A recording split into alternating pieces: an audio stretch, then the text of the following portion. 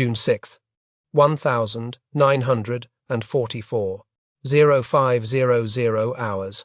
Wider stance NIST 62, overlooking the easy red sector of Omaha Beach. The pre-dawn air bites with a damp chill that penetrates the field grey wool of Corporal Heinrich Sevelo's tunic. He stands in his open foxhole, eyes straining against the heavy blanket of mist that clings to the English Channel like a shroud.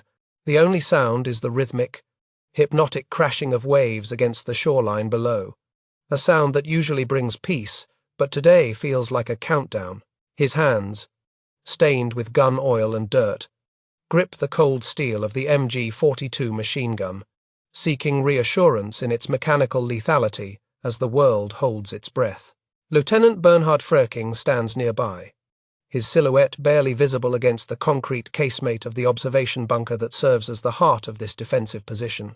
He is more than just a superior officer to Sevelo. He is a grounding presence in this desolate outpost on the edge of occupied Europe. Frerking scans the horizon with his binoculars, though the thick fog renders them useless for the moment. The lieutenant has spent months drilling the coordinates of the beach into his men, ensuring every inch of sand is covered by overlapping fields of fire. They are the eyes of the artillery stationed further inland, waiting to unleash hell upon a yet unseen enemy. The position known as WN62 is a masterpiece of defensive engineering, carved directly into the limestone bluffs of the Normandy coast. It sits roughly 25 meters above the sea, offering a commanding view of the expansive beach that stretches out below them like a sacrificial altar. Trenches zigzag through the earth, connecting machine gun pits, mortar tobrukes, and personnel bunkers in a complex web of concrete and dirt. For the soldiers stationed here, this patch of ground is their entire universe. They know every rock, every dip in the terrain, and exactly how many seconds it takes for a man to run from the waterline to the shingle bank. Sevelo turns his attention to his primary weapon, the MG42. A machine gun that the Allies will soon come to fear as the buzzsaw. It rests on a bipod, its muzzle pointing ominously toward the dark water. This is not just a rifle, it is a precision instrument capable of firing over 1,200 rounds per minute. The corporal runs a finger along the feed tray, ensuring it is free of sand and debris. Beside him, boxes of 7.92mm ammunition are stacked with meticulous care. He knows that once the shooting starts, there will be no time to search for bullets. So he has prepared thousands of rounds in anticipation of the coming storm. The waiting is the hardest part for the men of the 352nd Infantry Division, a mix of seasoned veterans from the Eastern Front and young conscripts who have never seen battle. Rumors of an invasion have circulated for weeks, fueled by the BBC broadcasts and the nervous whispers of the French civilians. False alarms have dragged them from their bunks countless times in the past month, leaving them exhausted and on edge. Tonight feels different, though the air is heavy with a static charge, a tangible pressure that weighs on the chest. Sevelo shifts his weight, his boots sinking slightly into the mud at the bottom of his trench, wondering if this is finally the day. Suddenly, the silence is shattered not by gunfire, but by the low, throbbing hum of aircraft engines overhead.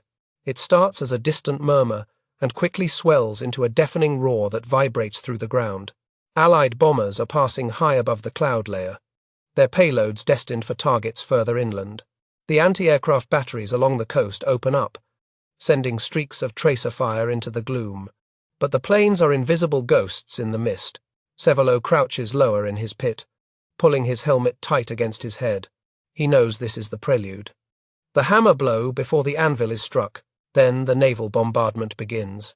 It is a sound unlike anything human ears were designed to withstand. Huge shells from battleships miles out at sea scream through the air like freight trains, slamming into the bluffs and the beach fortifications. The earth heaves violently, throwing Sevelo against the dirt wall of his foxhole. Dust and debris rain down on him, coating his uniform and filling his mouth with the gritty taste of pulverized limestone. The concussions are so powerful that they seem to stop his heart for a fraction of a second between impacts. He opens his mouth to equalize the pressure, praying that a direct hit does not vaporize him instantly.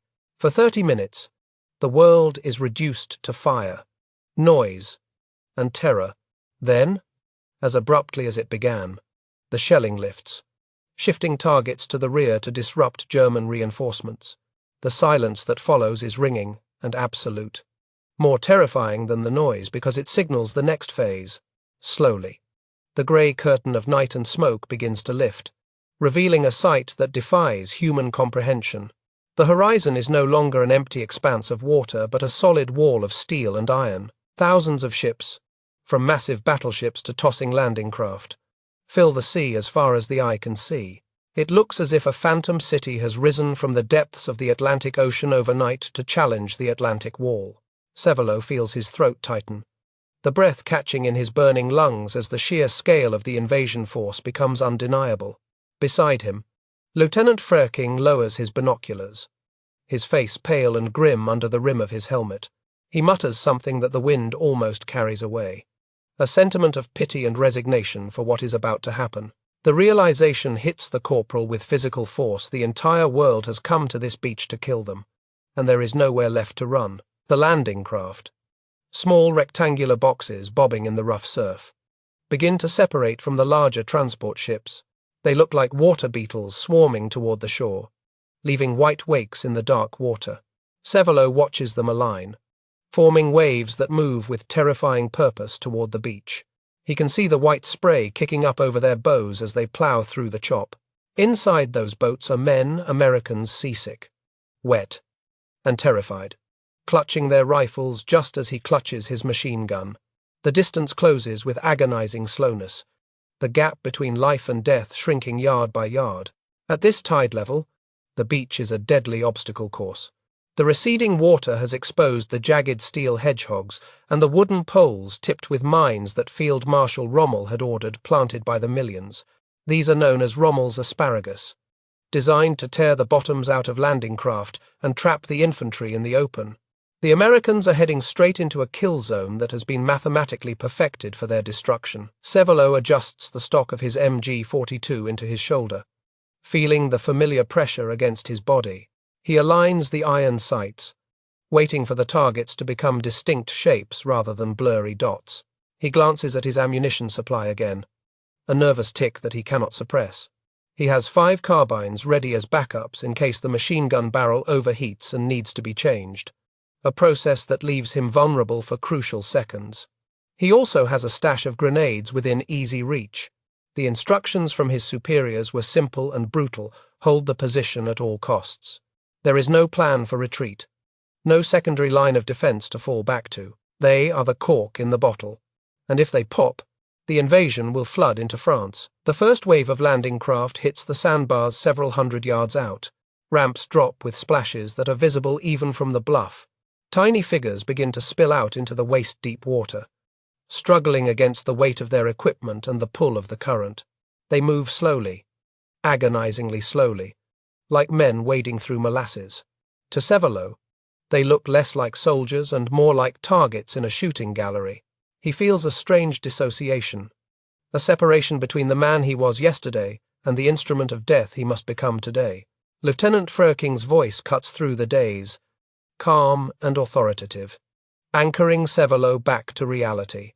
He is on the field telephone, relaying coordinates to the artillery battery located miles behind them. He glances at Sevelo and gives a subtle nod, the signal to prepare to engage. The order is strict: do not fire until the enemy reaches the waterline. They must be lured into the trap, brought close enough that missing is impossible. Sevelo's finger hovers over the trigger, the metal warm from his body heat. He takes a deep breath, inhaling the salt air and the lingering smoke of the bombardment. The Americans reach the dry sand. They are hundreds of them, clustering together, unsure of where to go, looking for cover that does not exist. They are entering the predetermined firing lanes that Sevelo and Frerking measured weeks ago. The trap is set. The moment stretches, bending time until it feels like hours. Sevelo blinks, clearing the sweat from his eyes. He squeezes the grip of the MG42, his knuckles turning white. The waiting is over. The silence of the morning is about to be murdered. The grey armada that stretches across the horizon is a sight that paralyzes the mind with its sheer industrial magnitude. As the mist continues to evaporate under the strengthening morning light, The true scale of Operation Neptune reveals itself to the stunned defenders of Widerstandsnest 62. It is not merely a fleet, it is a moving city of steel, a dense forest of masts, funnels, and barrage balloons that seems to pave the surface of the English Channel. Battleships like the USS Texas and the USS Arkansas sit ominously offshore, their massive guns flashing like distant lightning storms. The sound of their shells tearing through the atmosphere above creates a vacuum-like screech, distinct from the earlier bombardment, signaling that the heavy naval support has shifted to direct fire missions against the coastal bluffs. Corporal Sevelo watches this maritime giant approach with a mixture of awe and terrified fatalism. The horizon is so cluttered with transport ships, destroyers, and cruisers that the water itself is barely visible between the hulls. To a soldier raised on the propaganda of the invincible Atlantic Wall, this visual confirmation of Allied industrial might is a crushing psychological blow. He realizes that the factories of America have emptied their contents onto his doorstep. Yet, amidst this display of power, a grim realization takes hold in the trenches of WN62. The initial aerial and naval bombardment, for all its noise and fury, has largely failed. The bombs fell too far inland, churning up the cow pastures behind the coast, leaving the hardened concrete bunkers and the intricate trench systems of the bluff virtually untouched. Private Franz Gockel, another machine gunner stationed nearby in the same resistance nest, shares this harrowing view. Nestled in his own foxhole with a water-cooled Polish machine gun, Gockel peers through the aperture of his emplacement. He sees the landing craft separating from the larger transport ships miles out at sea, forming white-waked columns that look like tendrils reaching for the throat of the beach. The sight transforms the abstract concept of an invasion into a tangible, geometric reality. These represent the first wave of the U.S. 1st Infantry Division and the 29th Infantry Division, men who are unknowingly heading directly into the most heavily defended sector of Omaha Beach. Gockel checks his water can and ammunition belt, his movements mechanical, driven by a desperate need to control the only thing he can, his weapon. The geography of Widerstandsnest 62 is the key to the impending slaughter. It is situated to defend the Colleville Draw, a natural valley designated as Exit E3 by the Allied planners. This draw is one of the few breaks in the steep bluffs that would allow vehicles to move off the beach and into the French interior. Because of this strategic value, the Germans have transformed the area into an overlapping kill zone. The position does not just face the sea, it is angled to provide enfilade fire, meaning Sevelo and his comrades can shoot lengthwise down the beach. They will not be firing at the front of the approaching soldiers, but into their unprotected flanks, traversing their fire across the entire width of the landing zone. Deep inside the observation bunker, Lieutenant Fröking is the nerve center of this lethal geometry. The concrete walls of his command post dampen the roar of the outside world, creating a claustrophobic echo chamber filled with the static of the radio and the shouting of coordinates. He is frantically communicating with the artillery batteries of the 352nd Infantry Division located several kilometers to the rear. These heavy guns are zeroed in on the beach, their firing solutions calculated long ago to cover every square meter of the sand. Fröking knows that once the infantry lands, his ability to call in precise barrages will be the deciding factor between holding the line and being overrun. He is the conductor of an orchestra of high explosives. On the beach below, the tide is beginning to rise, concealing the Devil's Garden of obstacles that Rommel had so meticulously planted. The massive steel tetrahedrons and hedgehogs, designed to rip the hulls off landing craft, are now partially submerged, creating treacherous, invisible reefs. The Allied demolition teams, who are supposed to clear lanes through these obstacles, are nowhere to be seen, delayed by the rough seas and the confusion of the approach. This means the landing craft have to navigate a labyrinth of jagged metal and mines while under fire. Sevelo can see the boats weaving unsteadily, their coxswains struggling to find a path through the gauntlet without detonating a telemine that would vaporize their vessel and everyone on board. The Higgins boats, flat-bottomed and plywood-sided, are now close enough that individual details are becoming visible to the naked eye. They pitch violently in the 4-foot swells, disappearing into the troughs and reappearing on the crests. Sevelo can imagine the conditions inside those boats: the vomit, The sea spray. The cold water sloshing around the ankles of the men. He knows that the soldiers inside are likely exhausted before they even set foot on dry land. This is a calculated advantage for the defenders. The Atlantic Wall was built on the premise that the enemy must be destroyed at the water's edge, precisely when they are most vulnerable, disorganized, and physically depleted from the journey. A new threat emerges from the water, lumbering and strange. DD tanks duplex drive Shermans fitted with canvas screens to make them float are struggling toward the shore. Many have already swamped and sunk in the rough channel, taking their crews to the bottom, but a few are clawing their way onto the wet sand. These tanks represent a significant danger to the bunkers of WN62. If they can establish a foothold and bring their 75mm main guns to bear, they could crack the concrete pillboxes.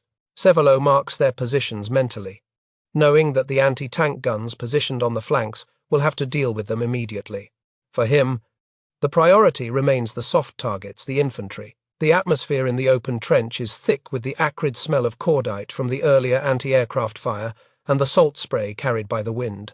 The younger soldiers in the platoon are looking to the veterans, their eyes wide with the primal fear of the unknown. They have been told that the invasion would be repelled, that the beach would become a graveyard for the Allies. But the sheer number of ships challenges that confidence.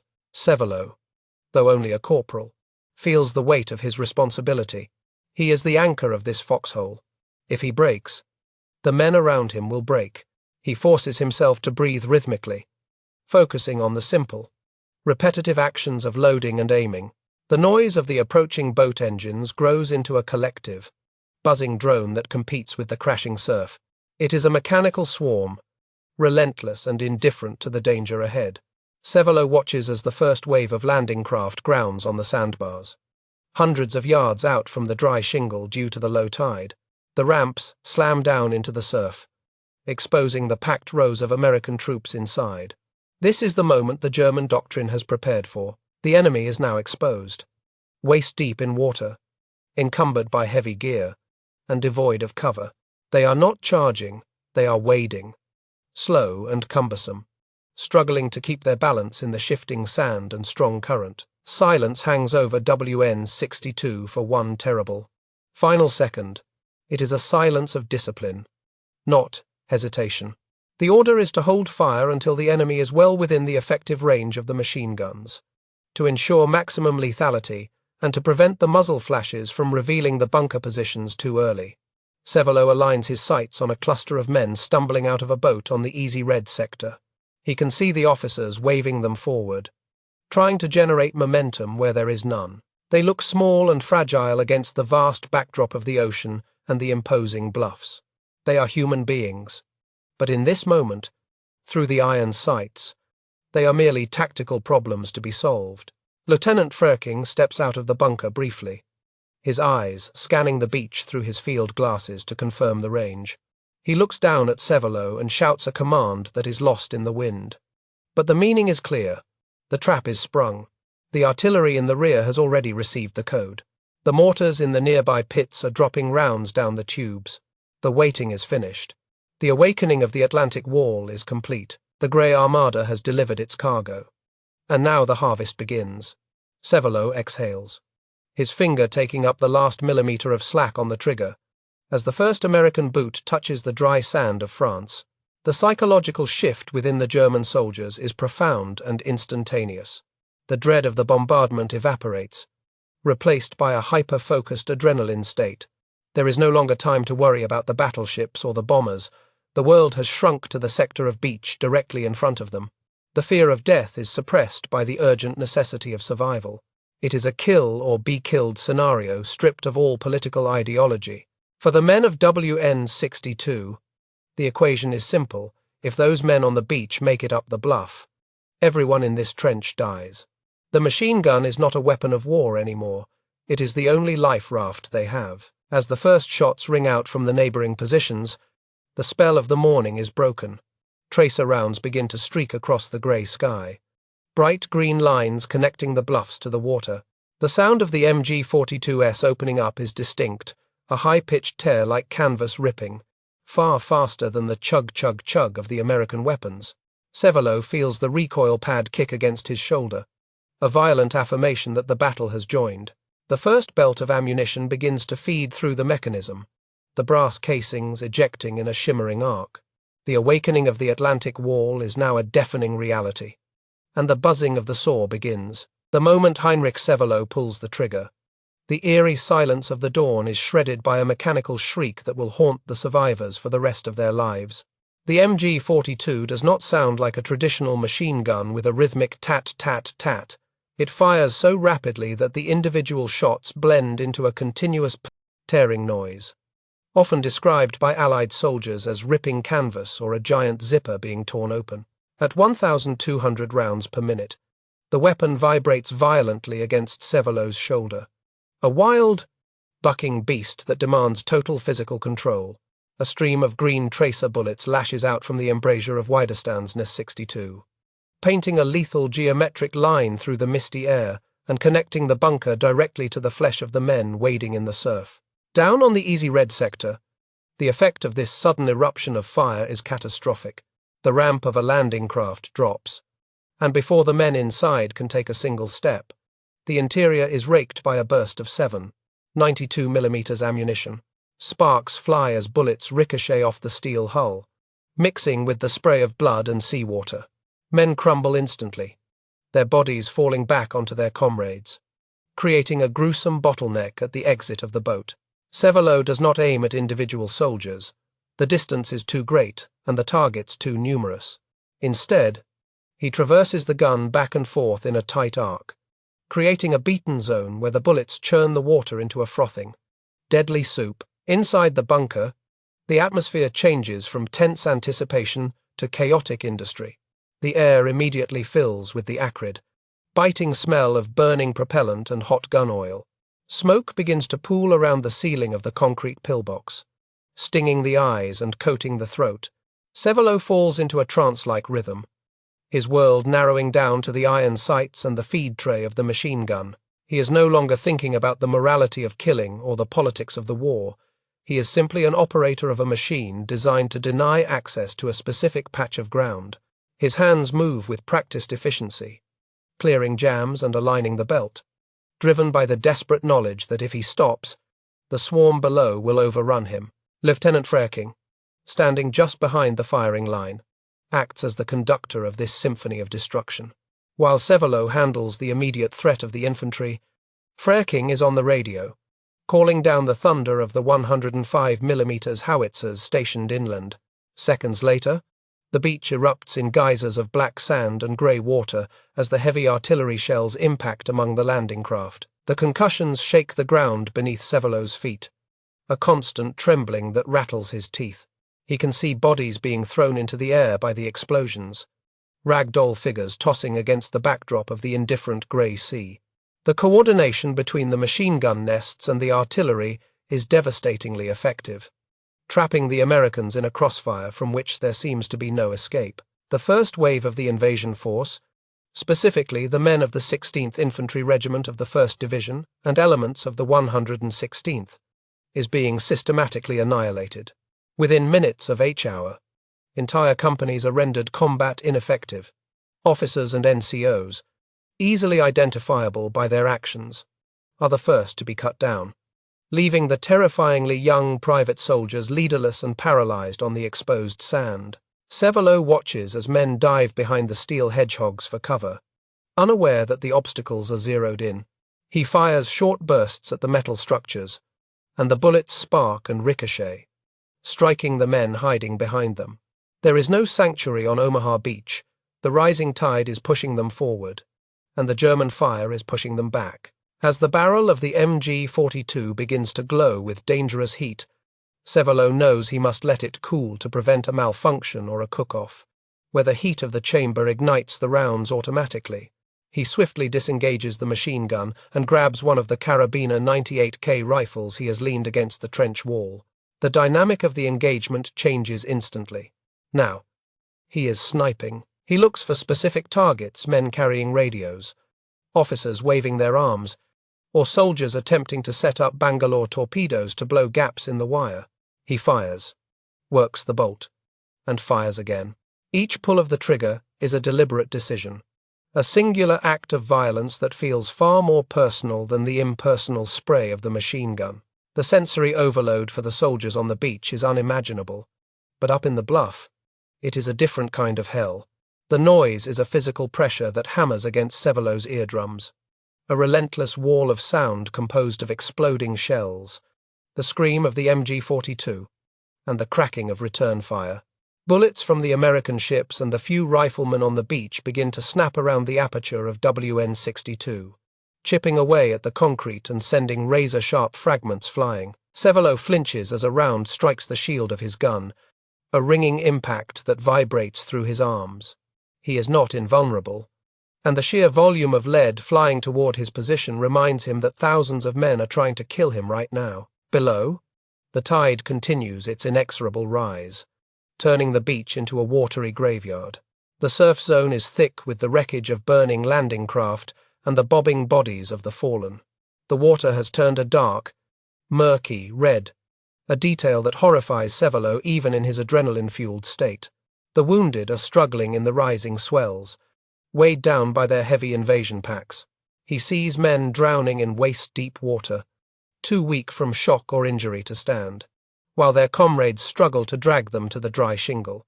It is a scene of utter carnage, a massacre that defies the strategic sterile maps he had studied with Frerking in the weeks prior. The logistics of the slaughter are grueling. A pile of hot, spent brass casings grows rapidly around Sevelo's boots, making the floor of the foxhole treacherous. The metal is scorching hot, burning his ankles through his socks if he stands still for too long.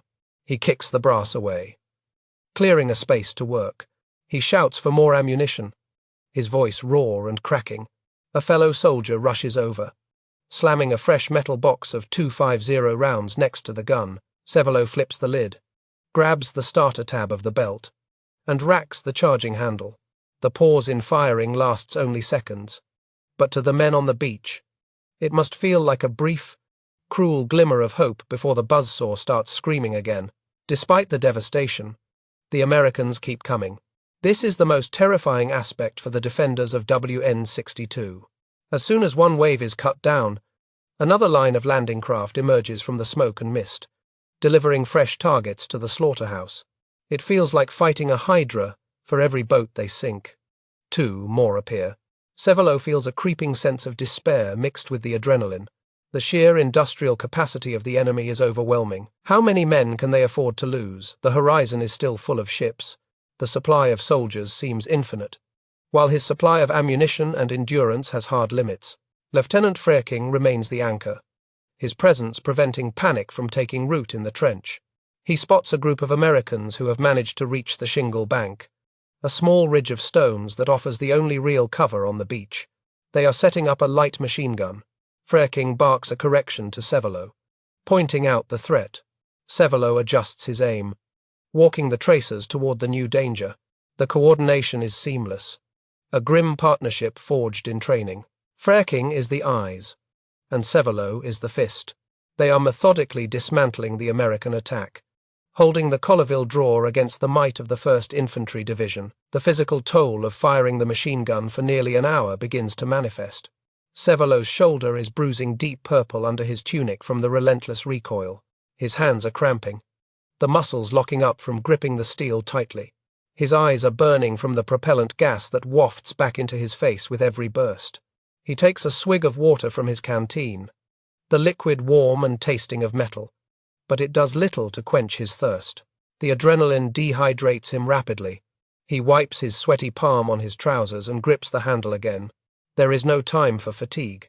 The war is only yards away. Through the scope of his consciousness, Sevelo begins to dissociate from the humanity of his targets.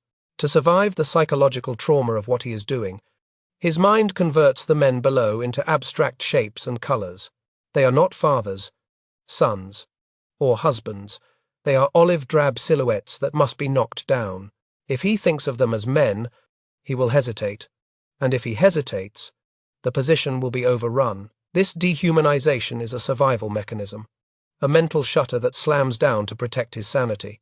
He focuses only on the mechanics load. Aim, fire, clear jam, repeat. He becomes a component of the Atlantic wall, as cold and unfeeling as the concrete bunker itself. As the sun climbs higher, burning off the last of the morning mist, the full horror of the beach is illuminated. The sand is strewn with equipment gas masks, rifles, helmets, and the bodies of the fallen. Yet, amidst the dead, the living are beginning to organize. Small groups of Americans are huddled under the shingle bank, pinned down but alive. They are inching forward, crawling over the bodies of their friends. Sevelo realizes that the shock of the initial assault is wearing off. The enemy is adapting. The easy phase of shooting fish in a barrel is ending. The real battle for the bluffs is about to begin, and the buzzsaw of Omaha Beach will soon face the wrath of the survivors. By mid-morning, the shoreline of Omaha Beach has transformed into a landscape that defies the darkest nightmares of the human imagination. The Atlantic Ocean, usually a cold, indifferent gray, is now stained with a gruesome, copper-colored froth that washes rhythmically against the blood-soaked sand. This is the red tide, a visceral metric of the carnage that has unfolded over the last few hours.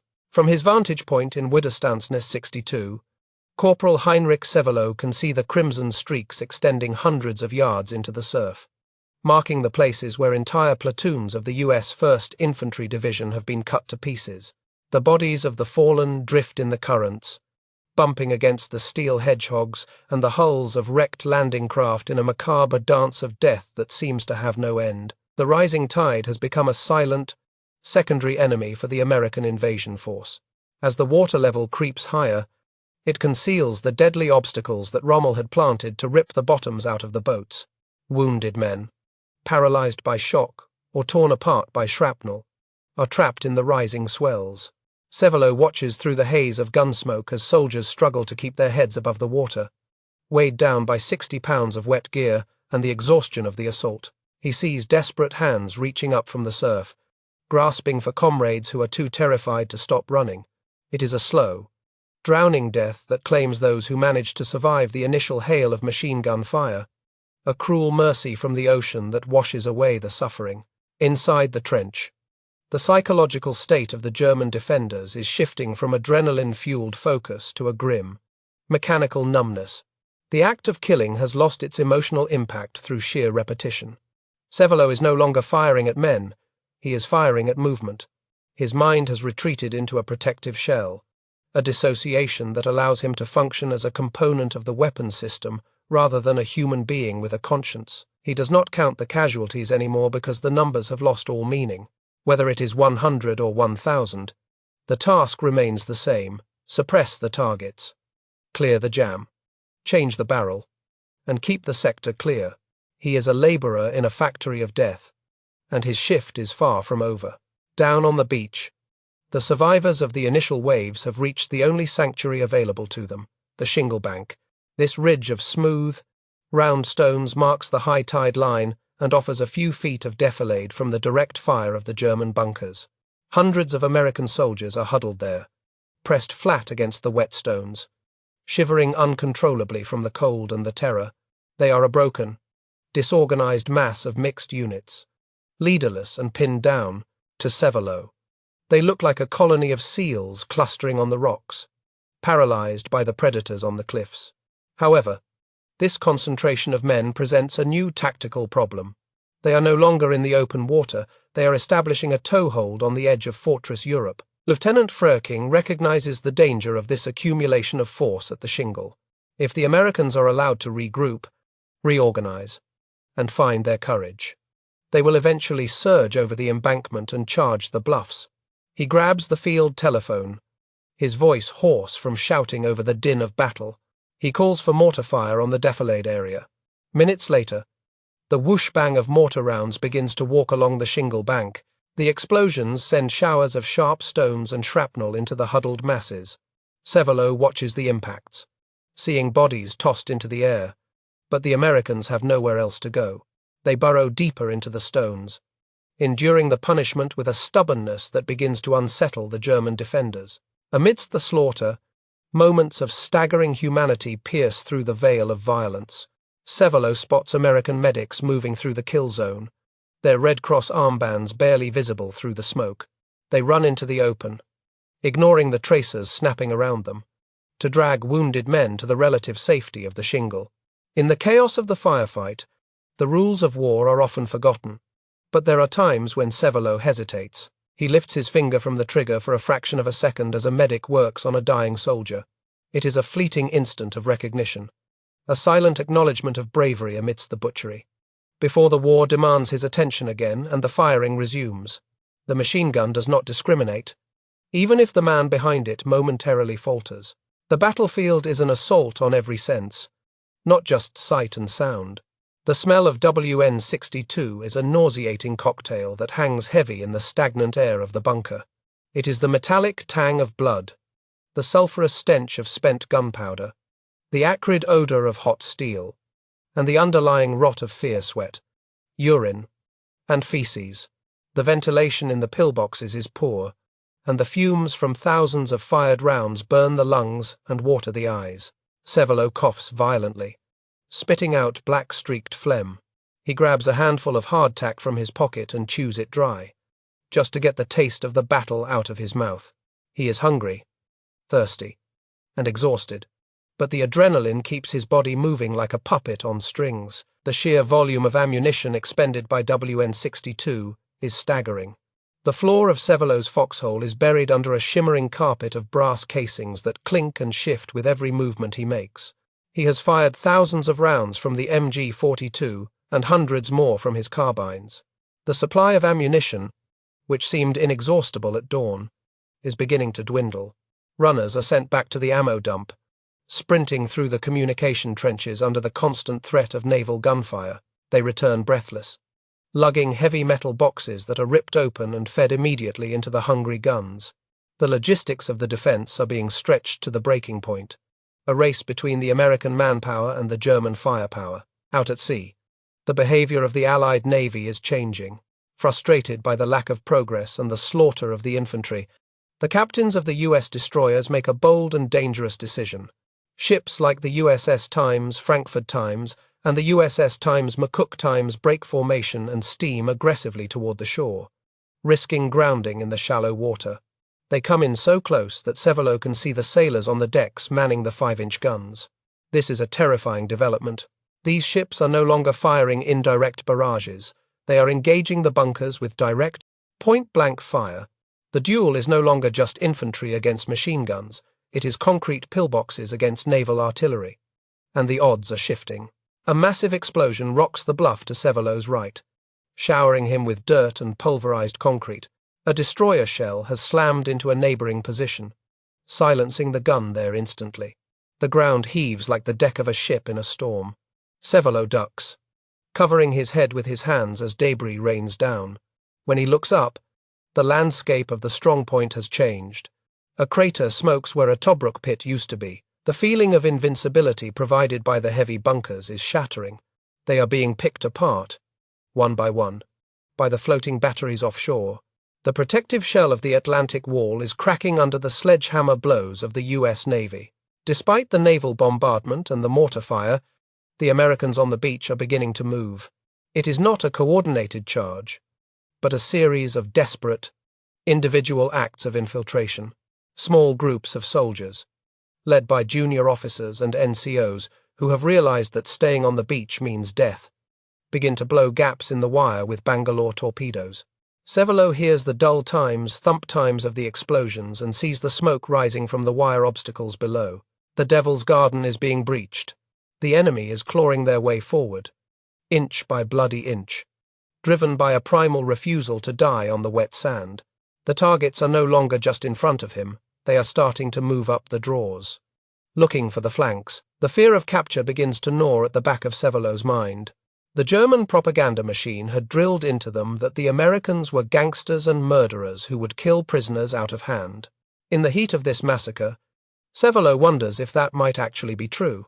After what he has done to them today, after the piles of bodies he has created, why would they show him any mercy?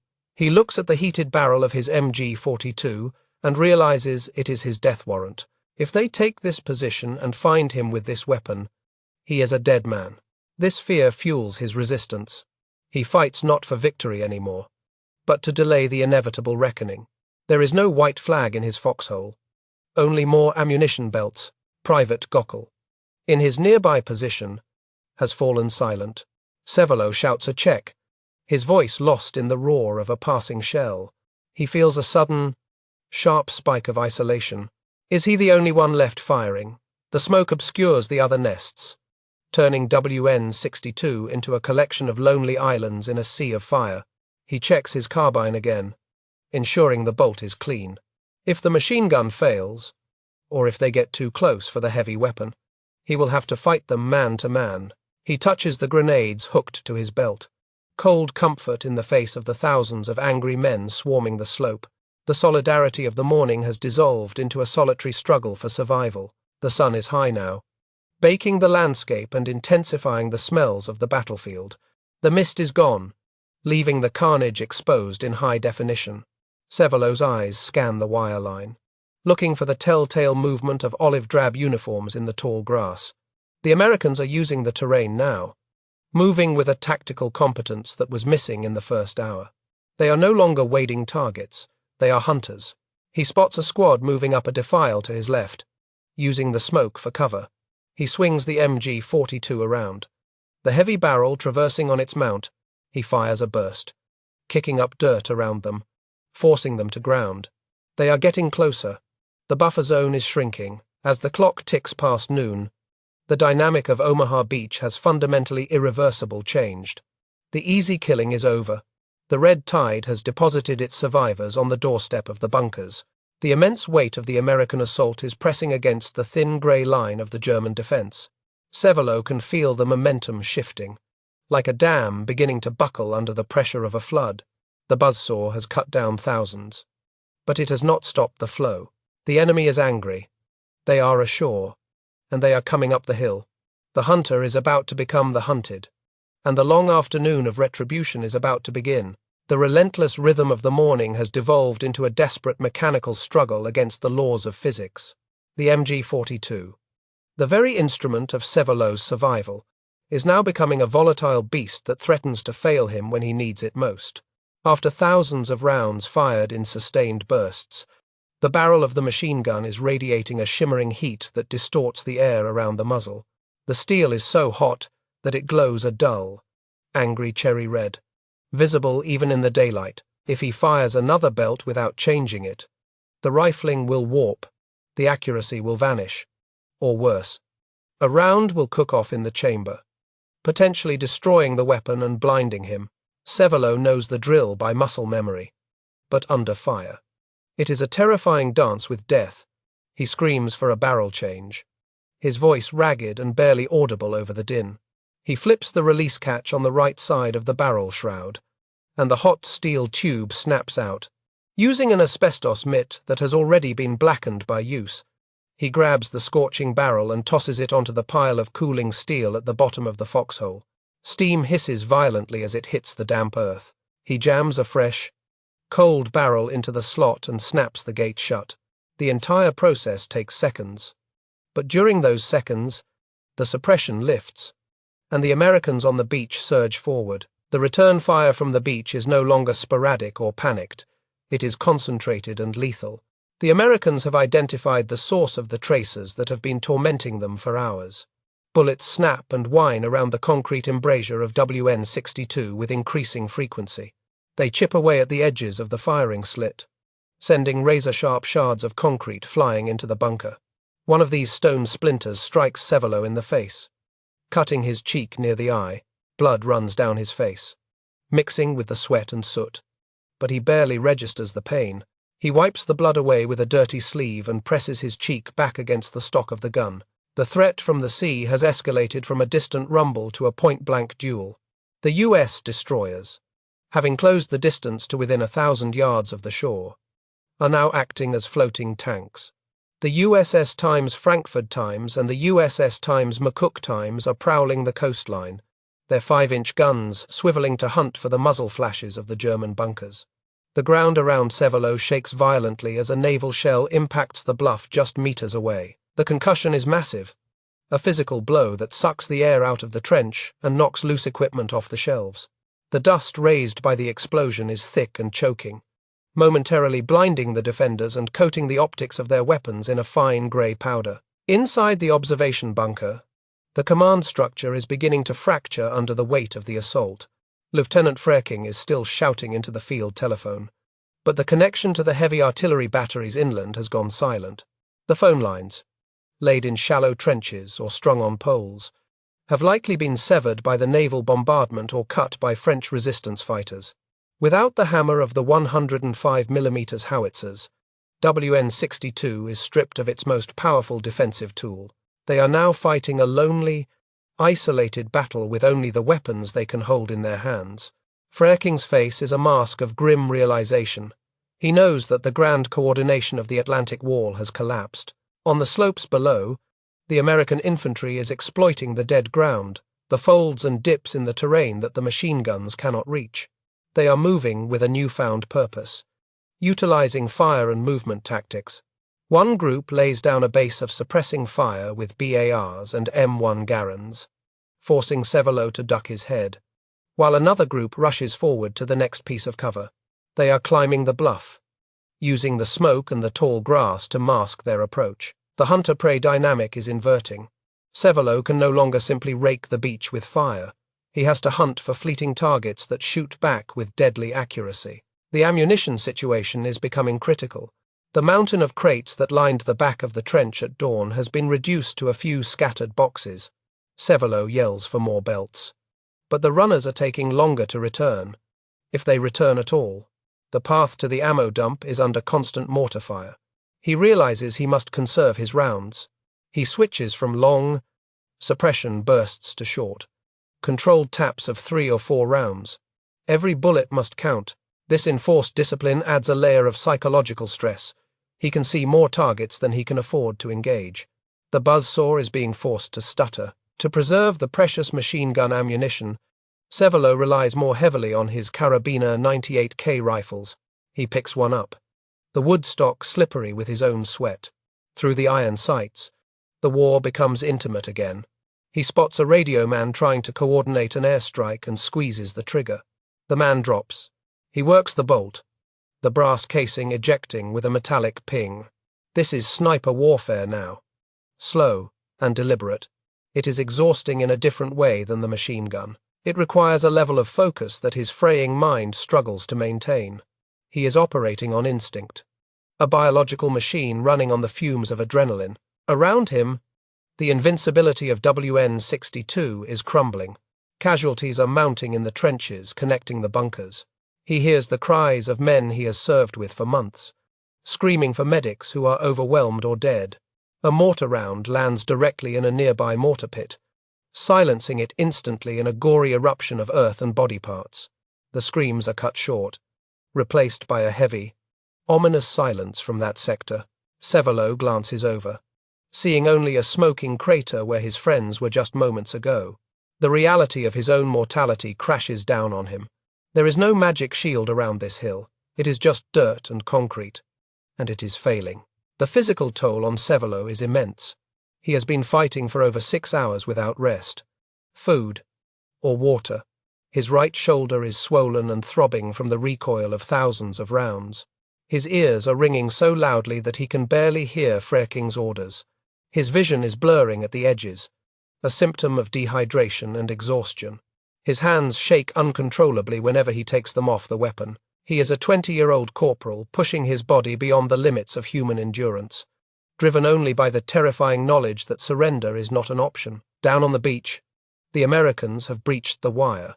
The Bangalore torpedoes have done their work, blowing wide gaps in the defensive perimeter. The enemy is pouring through the holes, fanatical and vengeful.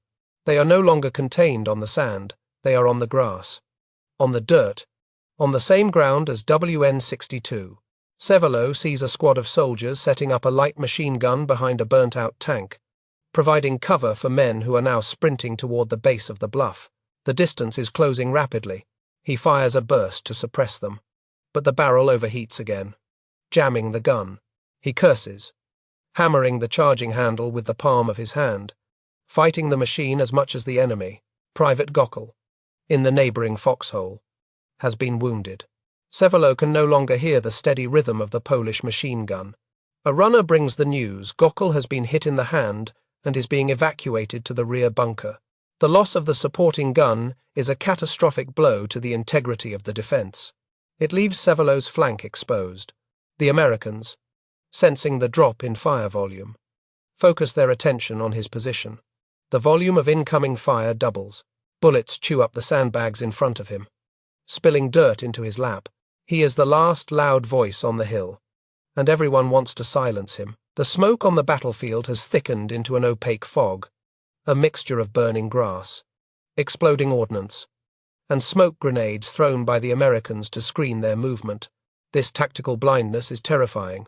Sevelo can hear the enemy moving, shouting orders to one another in English, but he cannot see them clearly. He fires blindly into the smoke, hoping to deter them, but he knows he is wasting ammunition. The enemy is getting close enough that he might soon have to use his grenades. He unhooks a stick grenade from his belt, unscrews the cap, and sets it on the ledge of the foxhole, ready for the final close-quarters fight. Lieutenant Frerking appears at the entrance of the trench, his uniform covered in dust, his face grey with exhaustion. He looks at Sevelo, then at the empty ammunition boxes, and then out at the smoke-filled slope. There is a look of profound sadness in his eyes. He knows the position is untenable. The orders are still to hold, but the tactical reality dictates otherwise. The Atlantic Wall has been breached. The grand strategy has failed. Now, it is simply a matter of how long they can delay the inevitable before they are overrun and killed. The first American soldiers are now cresting the lower ridge of the bluff, just 100 meters away. They are close enough that Sevelo can see the mesh netting on their helmets and the grim expressions on their faces. They are not stopping. They are moving with the momentum of victory. Sevelo loads his last full belt of ammunition into the MG42. The feed cover snaps down with a finality that echoes in his soul. The line has cracked. The flood is coming up the hill. The hunter has become the hunted. And the curse of the machine gun is that it has kept him alive long enough to see the end coming. The inevitable collapse of WN62 begins not with a bang, but with a sudden, suffocating realization of encirclement. By early afternoon, the American infantry has successfully infiltrated the draws between the strongpoints, effectively flanking the German position. Heinrich Sevelo can hear the distinct, sharp cracks of M1 Garand rifles coming from the rear and the sides, a terrifying indication that the enemy is no longer just in front of him, but all around him. The Atlantic Wall, designed to face the sea, is now being dismantled from behind. The impregnable concrete fortress has become a stone coffin. The smoke that once provided cover now serves the attackers, masking their final approach as they move to liquidate the remaining pockets of resistance with grenades and flamethrowers. Inside the foxhole, the situation has devolved into absolute chaos.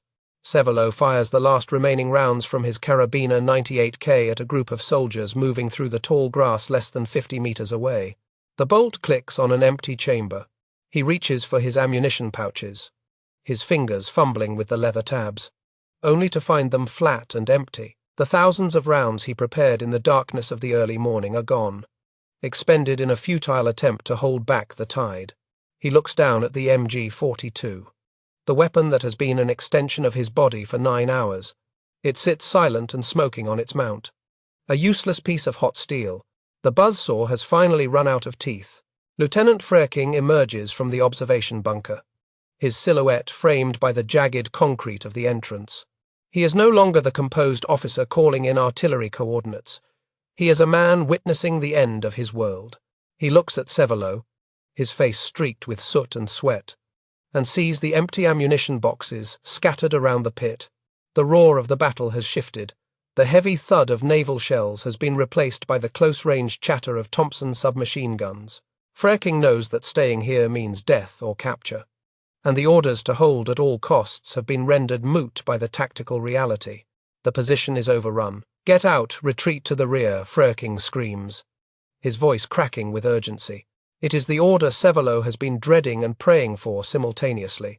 Abandoning the post goes against every grain of his training, but remaining is suicide.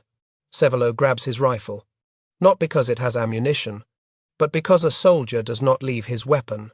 He takes one last look at the beach below. a panoramic vision of hell that he helped create.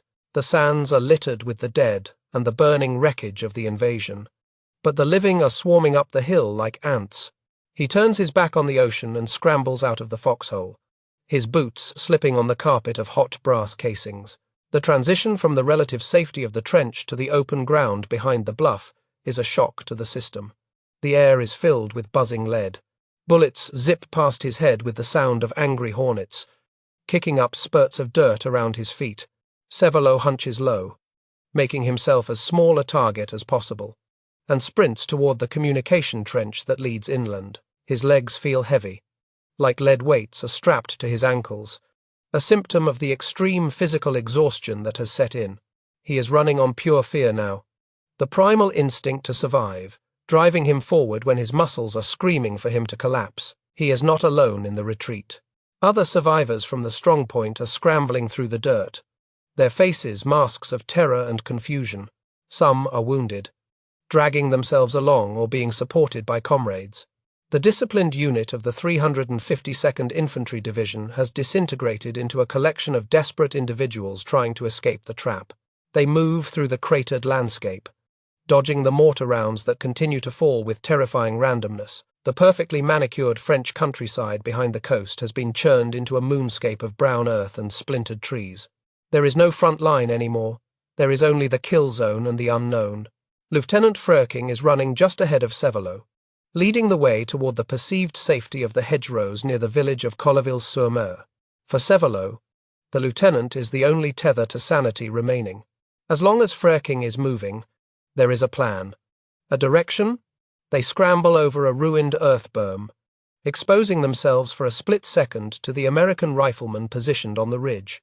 Sevelo hears the distinctive thwack times of a bullet striking flesh. It is a wet, sickening sound that rises above the din of the explosions. He watches in horror as Lieutenant Frerking stumbles, his momentum carrying him forward before he collapses face first into the dirt. Sevelo freezes, skidding to a halt beside his fallen commander. The lieutenant is not moving. The bullet has struck him in the head, ending his war instantly.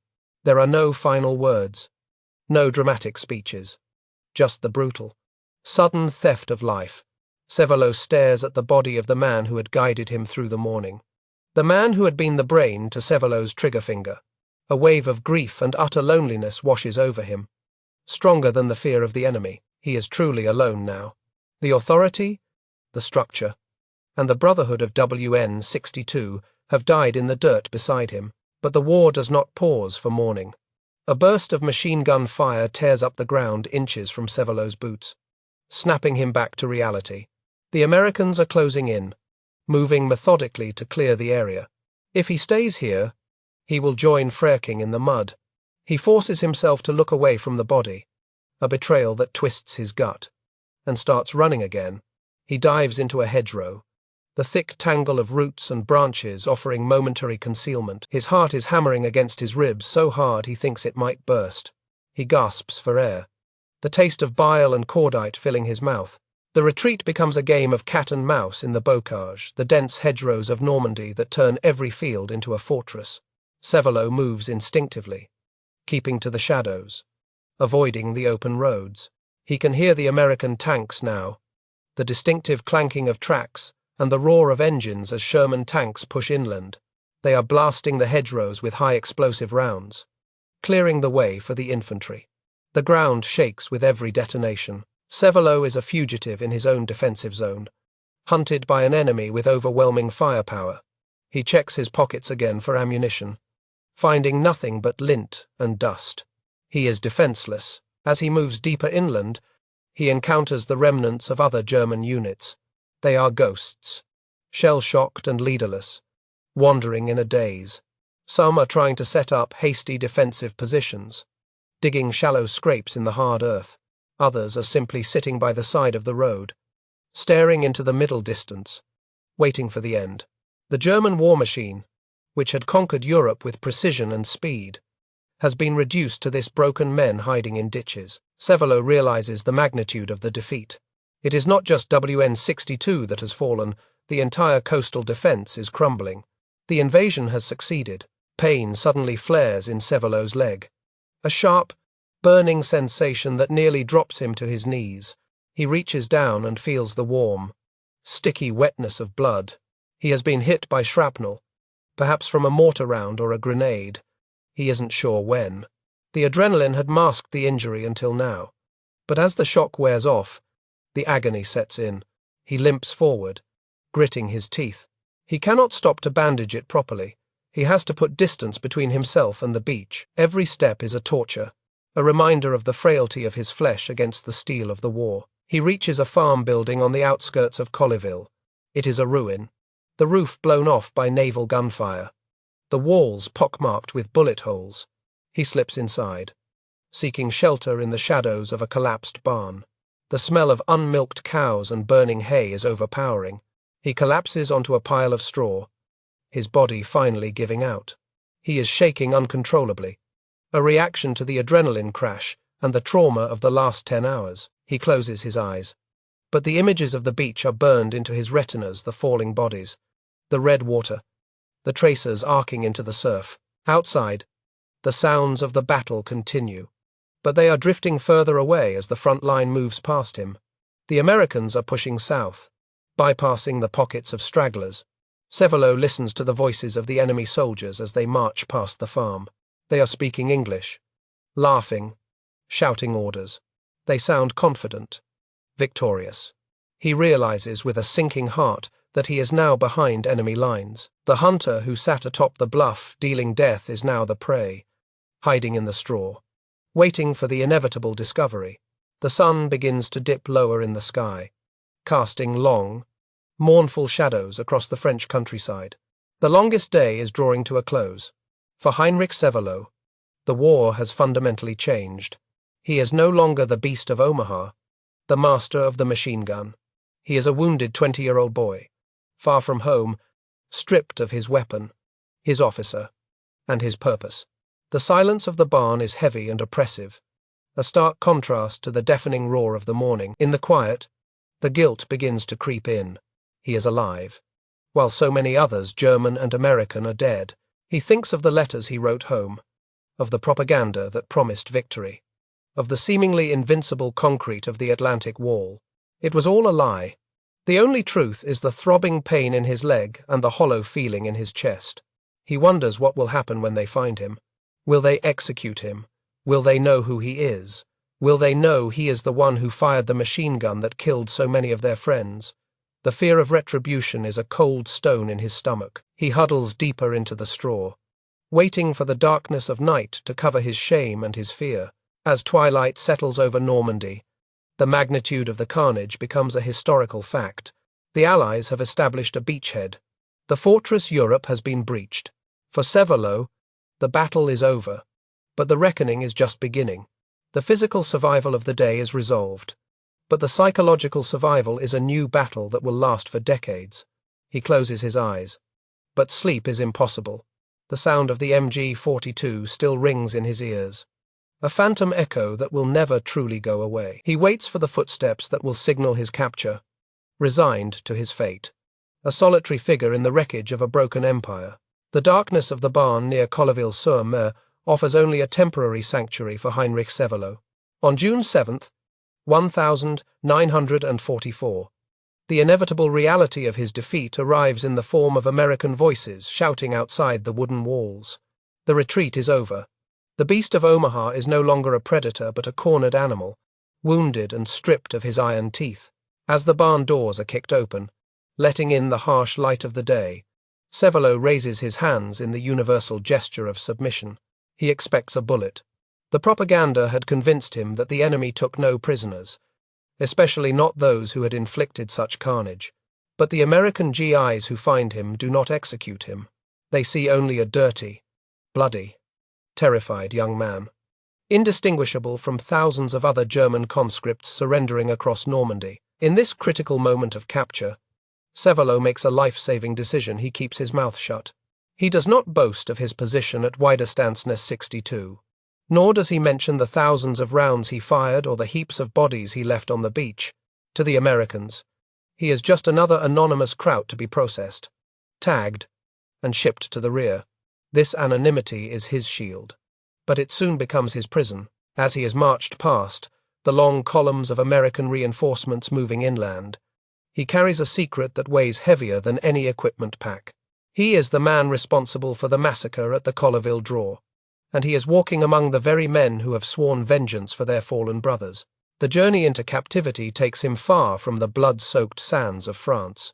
He is transported across the Atlantic Ocean to the United States, landing in Boston before being moved to a prisoner of war camp in Jackson, Mississippi.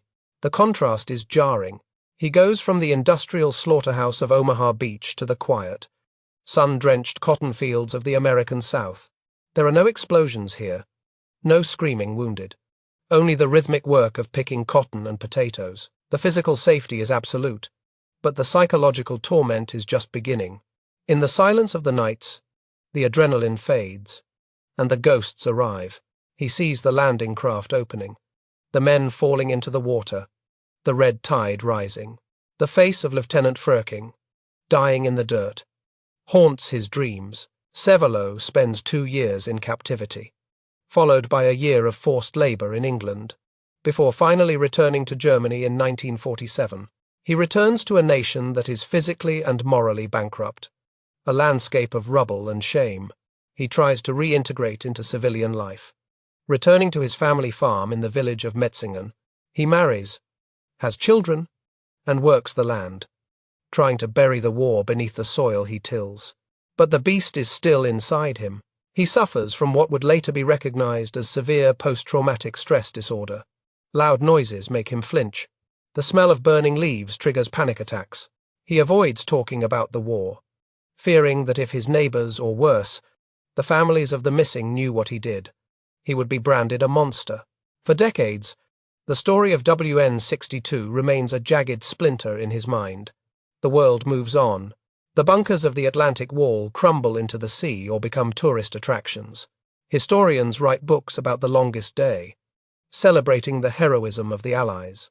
Sevelo reads these accounts in silence, recognizing the descriptions of the murderous crossfire at Easy Red. He knows he is the author of that history, but he remains a ghost within it. The burden of guilt is crushing. He constantly asks himself the survivor's question.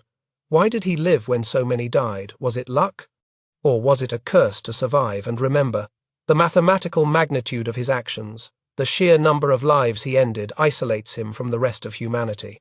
The turning point comes in the 1,960 seconds, with the release of the book Times The Longest Day Times by Cornelius Ryan. The book mentions the devastation caused by a specific German strongpoint, sparking a renewed interest in the events of the invasion.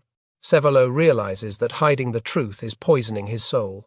He feels a desperate, clawing need to unburden himself, not to seek forgiveness, which he feels he does not deserve, but to simply acknowledge the reality of what happened. He steps forward, identifying himself as the machine gunner of WN62.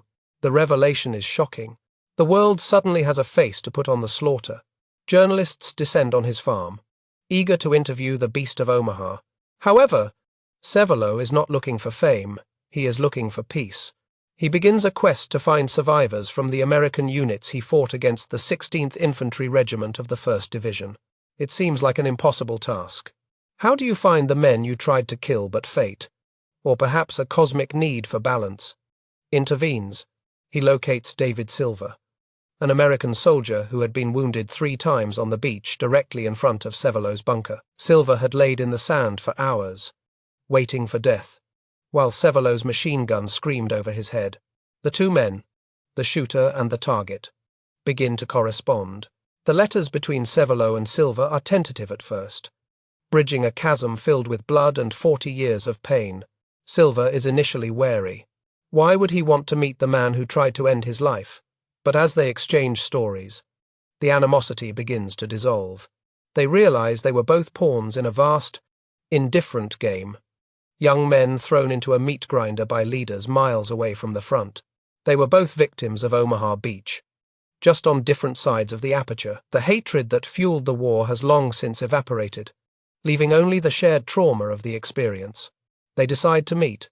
The reunion takes place on the sands of Omaha Beach, the very ground where they had tried to kill each other. Sevelo is an old man now, his hair grey, his shoulders stooped. He stands near the remains of WN62, looking out at the peaceful blue water. The rusted remains of the obstacles are gone. The screams are replaced by the laughter of tourists. When David Silver approaches, the tension is palpable. This is the moment of reckoning. Sevelo prepares himself for anger, for a punch, for rejection. Instead, Silver opens his arms. The two former enemies embrace, weeping uncontrollably. In that hug, the beast of Omaha finally dies, leaving only Heinrich Sevelo, a man seeking redemption. The image of Sevelo and Silver embracing becomes a powerful symbol of reconciliation. It does not erase the past. The dead are still dead, and the history cannot be rewritten. But it proves that hatred does not have to be eternal. Sevelo spends the remaining years of his life dedicated to this message. He befriends other veterans, speaks to historians, and visits the cemetery at Colleville-sur-Mer. He walks among the rows of white crosses, reading the names of the men he might have killed. It is a penance he imposes on himself, a ritual of grief that never truly ends. He finally understands that his survival was not a curse, but a responsibility to witness the cost of war. In his final years, Sevelo often reflects on the MG42, the weapon that defined his existence. He speaks of it not with pride, but with a cold detachment. It was a tool, a machine that ate ammunition and spit out death. He admits that during the battle, he felt a dark, intoxicating power, a bloodlust that took over his rational mind. Admitting this is his final confession. He wants the world to know how easily a normal human being can be transformed into a killing machine by the circumstances of war. He wants to strip away the glory and show the ugly, mechanical truth of the slaughter. The legacy of WN62 is complicated. To military historians, it is a case study in the effectiveness of enfilade fire and defensive positioning. To the families of the fallen, it is a place of tragedy and loss. But through Sevelo's confession, it also becomes a place of warning. The bunker still stands today, a concrete scar on the hillside, overgrown with grass and brambles. Visitors who peer into the firing slit can see the view that Sevelo had on that grey morning. They can see the terrible geometry of the beach. It stands as a monument to the efficiency of destruction, a silent witness to the day the world tore itself apart. Heinrich Sevelo passes away in 2006. An old man who lived a full life after a day of infinite death. He is buried in his village, far from the coast of Normandy. Yet, his spirit remains tethered to the bluff overlooking the easy red sector. His story serves as the closing chapter of the Omaha Beach narrative, a reminder that the battle did not end when the guns went silent on June 6th. It continued in the nightmares of the survivors, in the phantom pain of the wounded, and in the heavy, silent burden of the men who pulled the triggers. The war ends only when the last soldier finds peace. And for the gunner of WN62, that peace was found not in victory, but in the arms of the enemy he failed to kill.